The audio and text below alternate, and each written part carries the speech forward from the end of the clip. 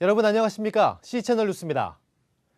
남북 정상이 6.15 공동선언문을 발표한 지 올해로 12주년이 됐습니다. 하지만 남북 경색 국면이 지속되면서 공동행사를 단 한 차례도 갖지 못하는 등 6.15 선언의 의미가 퇴색되고 있습니다. 서정민 기자입니다.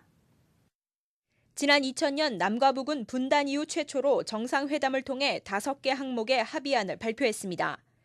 통일 문제의 자주적 해결, 1국가 2체제의 통일 방안 협의, 이산가족 문제의 조속한 해결, 경제협력 등 남북 간 교류의 활성화 내용을 골자로 하고 있습니다.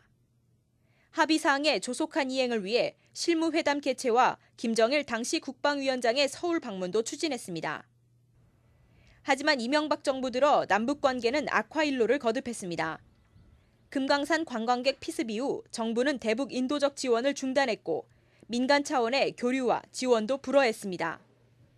이러한 입장이 북한을 자극하면서 연평도 도발과 핵실험 등의 사태를 불러일으켰고 최근에는 남북 상호 간 비방이 위험 수위까지 올랐습니다. 이러한 대결 구도가 계속되자 4년째 6.15 공동선언 기념 행사도 남과 북이 따로 진행해 오고 있습니다. 6.15 공동선언 실천 남측위원회는 올 초 12주년 기념 행사를 금강산에서 개최하고 금강산 관광, 이산가족 상봉 재개를 위해 노력하겠다고 밝힌 바 있습니다. 그러나 정부의 대북 강경 기조가 되풀이되고 있어 6.15 선언을 행동으로 옮길 수 없다며 안타까워했습니다. 화해와 협력, 공존과 평화, 통일과 번영의 6.15 시대는 이미 되돌릴 수 없는 민족사의 흐름이었습니다.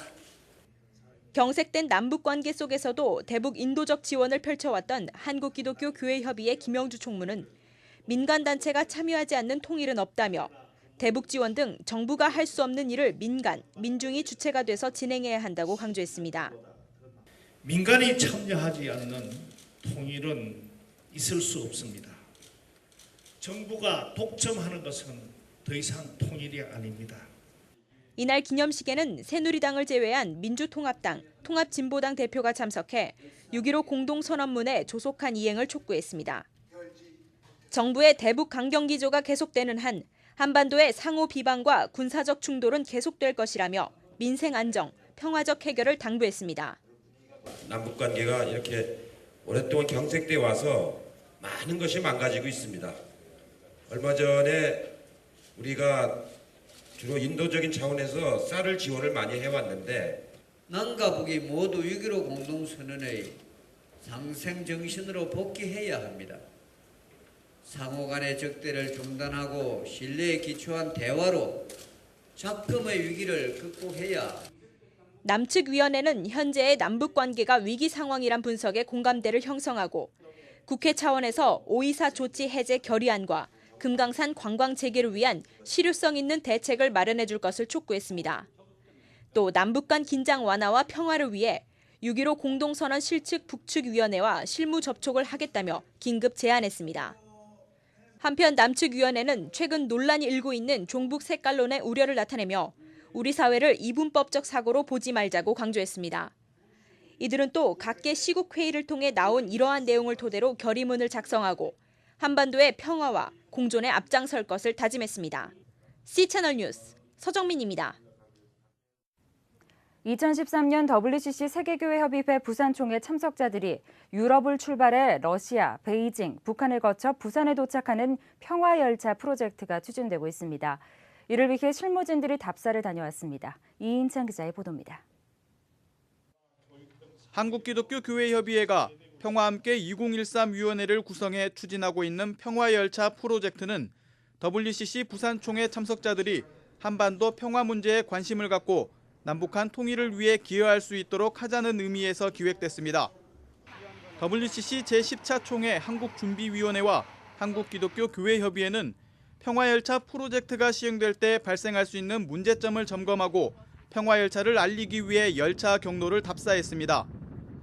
5월 28일부터 6월 13일까지 16박 17일 일정을 마친 답사팀은 한국기독교회관에서 결과 보고 기자간담회를 가졌습니다. 한반도의 평화라고 하는 것은 단순히 지역적인 문제가 아니고 세계 평화와 함께 깊이 연관돼 있고 정전 협정이 이루어진 지 60년이 되는 2013년을 기해서 WCC 총회가 부산에서 개최되는 것 또 다른 역사적인 의미가 있다라고 생각이 듭니다. 답사팀은 독일 교회와 러시아 정교회에 적극적인 협력을 얻어낼 수 있었던 점을 큰 성과로 꼽았습니다. 우선 독일 교회 주요 관계자들은 비자를 위한 초청장 발송, 행정 협력 등을 약속했으며 모스크바에서 만난 러시아 정교회 관계자들은 참가자들의 숙박시설 할인, 평화 세미나 장소 제공 등을 약속했습니다. 특히 정교회는 아시아, 아프리카 등 제3세계 참석자들의 비자를 위해 러시아 정부의 협조를 구해주기로 했으며 북한 내 러시아 정교회를 통해 북한의 참여도 돕기로 했습니다. 이 경우에 그 한국 외교통상부가 러시아 외교부에게 이 평화열차를 위한 어떤 협력을 요청할 수 있게 된다면 훨씬 이런 문제는 쉽게 풀릴 수 있을 것이라는 그런 이야기도 해주셨습니다. 답사팀은 평화마당 행사를 위한 거점 지역을 답사했으며 현지 한국교회와 선교사들을 만나 WCC 총회와 평화열차에 대한 협조도 요청했습니다. 하지만 예정됐던 중국교회 협의회와 국경 기독교 양회와의 만남은 취소돼 아쉬움을 남겼습니다. 공동 취재단 자격으로 이번 여정에 함께한 기독교연합신문 최창민 기자는 이번 답사가 평화열차의 성공 가능성을 높이는 계기였다고 평가하고 거점 지역 협력 파트너 확보 노력이 앞으로 필요하다고 제안했습니다. 또 짧게는 26시간, 길게는 4박 5일 탑승해야 하는 열차에서의 프로그램 마련과 인터넷 사용 문제도 해결해야 할 과제로 언급했습니다. 이외에도 참가당 규모를 확대하거나 또 열차의 외관을 꾸미는 방안 등을 제안하면서 기대 이상의 긍정적인 응답을 보여줬습니다. 평화열차 성공을 위해서는 과제도 남았습니다. 우선 경유하게 될 7, 8개국 비자 문제를 위한 각국 정부의 협조가 필요하며 우리 정부와의 협력 방안도 지금부터 논의돼야 합니다. 무엇보다 평양을 거쳐오기 위해서는 지금의 남북 경색 국면의 변화도 요구되고 있습니다. 열차가 평양을 통과하기 어려운 경우에는 베이징에서 전세기를 타고 평양이나 서울에서 기도회를 갖는 방안도 검토되고 있습니다. 평화열차 프로젝트 성공을 위해서는 앞으로도 복잡한 과정이 필요해 보입니다. 하지만 이번 답사는 평화열차를 위한 큰 걸음을 내디딘 것으로 평가할 수 있습니다. 평화열차 프로젝트는 오는 7월과 8월 열리는 WCC APC 회의와 중앙위원회에서 확정되면 공식 추진하게 됩니다. C채널 뉴스 이인창입니다. 한편 WCC 한국준비위원회가 2013년 WCC 부산총회의 성공 개최, 에큐메니컬 영성 강화를 위해 100만인 기도운동을 펼치기로 했습니다. WCC 한국준비위원회 상임위원회는 정례 모임을 갖고 한국교회가 WCC 총회의 성공 개최를 위해 기술적 준비뿐 아니라 영적으로 준비하기 위한 차원에서 100만인 기도운동을 전개하기로 했다고 밝혔습니다. 이를 위해 여의도 순복음교회 이영훈 목사와 기독교대한감리회 김종훈 감독이 공동 본부장을 맡기로 했습니다. 한편 WCC 한국준비위는 WCC 총회에 참석하는 세계교회 관계자들이 한반도 평화에 대한 공감대를 갖도록 하기 위해 총회 기간 중 임진각을 방문하도록 별도 프로그램을 준비하기로 했습니다. 아울러 잠실 주경기장에서 한국교회 5만 교인과 함께할 코리안 나이트 행사도 구상하고 있습니다. WCC 상임위 성공의 김근상 주교는 WCC 총회를 통해 한국교회는 보다 성숙한 신앙과 가능성을 확인하게 될 것이라며 세계교회와 소통함으로써 극단주의적 신앙관을 탈피하고 남북 문제를 비롯해 세계교회의 현안에 주도적으로 참여하게 될 것이라고 강조했습니다. 목회자 세금 납부 문제에 대한 논의가 활발해지고 있는 가운데 대한성공회가 교단 중 최초로 성직자 납세를 공식 결의했습니다. 성직자 납세에 관한 대한성공회의 입장이라는 제목의 결의문을 채택한 성공회는 경제적 불평등 해소와 사회복지 확대를 위해 성직자들이 세금을 내는 것은 당연한 일이라고 주장했습니다. 성공회는 정부가 성직자 세금 납부를 위한 제도적 장치 마련을 요청하고 성직자 납세를 위한 연구를 시작하겠다고 밝혔습니다. 한편 성공회가 소속된 한국기독교교회협의회 실행위원회는 한국교회 발전연구원이 청원한 목회자 세금 납부를 위한 회원교단 결의안에 대해 위원회를 구성하고 연구하기로 한 바 있습니다. 오는 18일 15인 전문위원이 참여해 첫 회의를 갖습니다.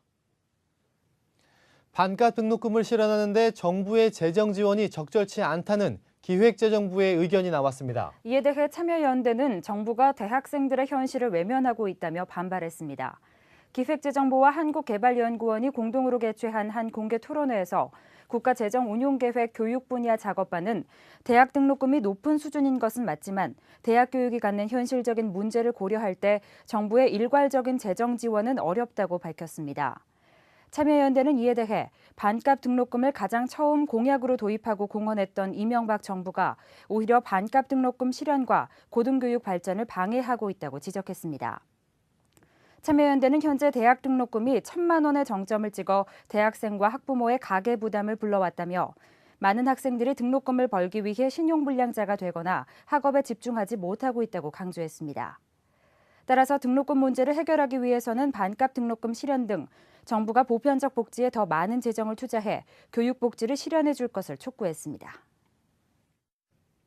대한예수교장로회 고신총회가 교단 설립 60주년을 맞아 갱신과 새로운 지평을 주제로 기념대회를 개최했습니다. 기념대회에서는 15,000여 명의 참석자들이 헌혈과 장기기증 운동에 참여했고 소외된 이웃을 돕는 일에 앞장서기로 다짐했습니다. 고신총회는 60주년 기념대회 전체 예산의 70%를 세터민과 다문화 가정 돕기, 서울, 부산, 대구 등 중심 도시의 기념교회를 개척하는 데 사용하기로 했습니다. 이와 함께 다문화 가정과 세터민들을 초청해 격려했으며 세터민 청소년 대안학교인 드림학교에 후원 약정서를 전달했습니다. 고신총회장 정근도 목사는 60년이 된 우리 교단이 받은 은혜를 보답하는 마음으로 소외된 이웃과의 나눔의 시간을 갖게 됐다고 대회의 의미를 설명했습니다. 고신총회는 또 설립 60주년을 맞는 의지를 선언문을 통해 밝혔습니다. 선언문에서는 고신의 정체성과 신앙의 정통 계승, 다음 세대를 위한 인재 양성, 민족 통일, 사회의 통합 등에 앞장설 것을 다짐했습니다. 실천신학대학원 대학교는 서구교회와 한국교회가 직면하고 있는 문제를 살펴보고 대안을 모색하기 위해 국제 실천신학 심포지엄을 개최합니다. 심포지엄에 앞서 가진 기자회견에서 실천신대 은준관 총장은 한국교회 부흥성장을 이끌었던 목회자들이 은퇴하면서 목회 현장에 생긴 공백을 메우는 것이 한국교회의 주요 과제가 됐다며 미래 비전을 제시하고 신앙의 역동성을 찾기 위해 심포지엄을 개최한다고 밝혔습니다. 다음 달 16일부터 18일까지 열리는 이번 심포지엄에는 캐나다 틴데일 신학교 하워드 스나이더 교수와 지구촌교회 이동원 원로 목사가 주 강사로 참여합니다. 선교 신학자인 스나이더 교수는 서구교회 역사를 통해 교회에 일어났던 문제를 설명하고 최근 북미에서 일어나고 있는 작은 교회 부활, 복음주의권의 생태 문제 등에 강의합니다. 또 이 원로 목사는 기독교 호감도가 낮아진 이유와 7가지 목회 균형에 대해 전할 예정입니다. 이 밖의 뉴스와 날씨를 전해드립니다. 위안부 피해자 김화선 할머니가 향년 86세를 일기로 별세했습니다. 김 할머니의 별세로 정부에 등록된 위안부 피해 할머니 234명 가운데 생존자는 60명으로 줄었습니다. 고인의 유해는 광주 나눔의 집에 안치될 예정입니다. 대한예수교장로회 통합총회 문화법인은 오는 28일 서울 문학의 집에서 문화목회 간담회를 갖습니다. 이번 간담회는 목회와 미술의 만남을 주제로 진행되며 미술평론가 김성호 박사가 목회에 고흐를 덧칠하다라는 제목으로 강의할 예정입니다. 미국 워싱턴주 동성결혼 법안이 한인교회와 워싱턴 주민들의 반대 서명으로 발효 저지됨에 따라 무효화될 가능성도 높아졌습니다. 발효가 중단된 동성결혼 합법화 법안은 오는 11월 주민투표에서 최종 결정될 예정입니다. 국제아동보호개발 NGO 세이브 더 칠드런이 니제르와 말리 등 서아프리카 식량 위기에 대해 전 세계적 긴급구호를 발령하고 지원 사업에 나서기로 했습니다. 날씨입니다. 이번 주말에도 한여름 더위는 계속되겠습니다. 서울, 경기 등 중부지방을 중심으로 한때 소나기가 내릴 가능성이 있지만 주일에는 맑은 날씨가 이어져 야외 활동하기 좋겠습니다. 한편 동해안과 내륙 일부 지방엔 안개 끼는 곳이 있겠으니 교통안전에 유의하시기 바랍니다. 아침 기온은 서울, 대전 19도, 대구 20도를 기록하겠습니다. 낮 최고 기온은 강릉 24도, 광주 29도까지 오르겠습니다. 바다의 물결은 제주 먼바다에서 3m까지 높게 일다 낮아지겠고 그 밖의 해상에서는 0.5에서 2m로 일겠습니다. 주간 날씨입니다. 다음 주 초반에는 장마 전선이 제주도 부근 해상까지 북상할 것으로 예상됩니다. 제주 지역에서는 장마 소식에도 유의하시는 게 좋겠습니다. 오늘 뉴스는 C채널 홈페이지와 스마트폰 어플리케이션을 통해 다시 보실 수 있습니다. SNS를 통한 의견도 적극 청취하겠습니다. 뉴스를 마칩니다. 함께해 주신 여러분 고맙습니다.